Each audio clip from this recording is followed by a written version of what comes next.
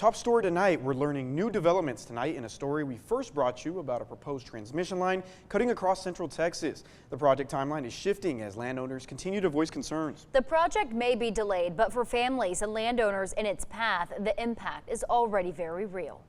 That direction. For Craig Edwards and his wife, Salado was supposed to be their sanctuary, a quiet place to settle, plant a garden, and enjoy their new home. But now, It makes no sense at all. This is a residential area. It's not meant for towers to come through. a proposed high-voltage transmission line could cut just feet from their backyard. He's one of several residents speaking out as potential routes move closer to where people live. Our number one fear would be the loss of our property value if that does go in there, and then again the health risks. And third is just to the community. But for Edwards, the fear Give me a minute. runs deeper than most.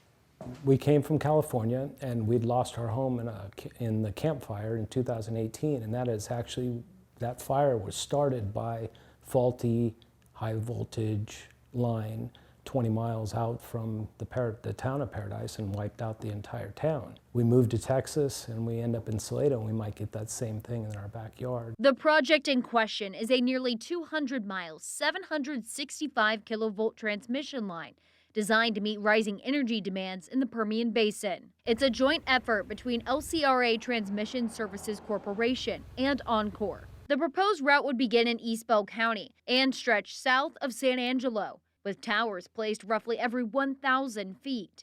State Representative Brad Buckley says the concerns from residents have been loud and consistent. It's either their property values, quality of life, or their health. Now the project's timeline has been adjusted after what developers describe as a high volume of public feedback from landowners, stakeholders, and elected officials. I think it is a recognition from PUC and from Oncor just how contentious this is. And I think it it certainly makes everyone aware of just how closely people are watching this, and they want, we want to make certain that through this process we're heard. But for residents like Edwards, the waiting and the uncertainty is the hardest part. This topic needs to be kept alive because decisions are being made that will affect many people, many property values, and the health of a lot of people, and the future of the community of Salado. And if we just sit down and don't say anything about it and it goes through, 5 years down the road, there's going to be a lot of unhappy people. As the process moves toward a possible March filing, Buckley says the final decision will come down to where the line is ultimately placed. At the end of the day, it's the final route. Where do they intend to put this thing? And that's what I will continue to fight for my constituents, to make sure that we protect their quality of life, their property values, and their health the whole way.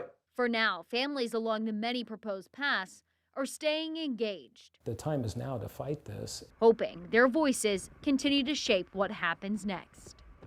Well, you can find out more about the proposed project and what is next by going to KCENTV.com. You can also listen to my full interview with Representative Buckley exclusively on the 6 Plus app.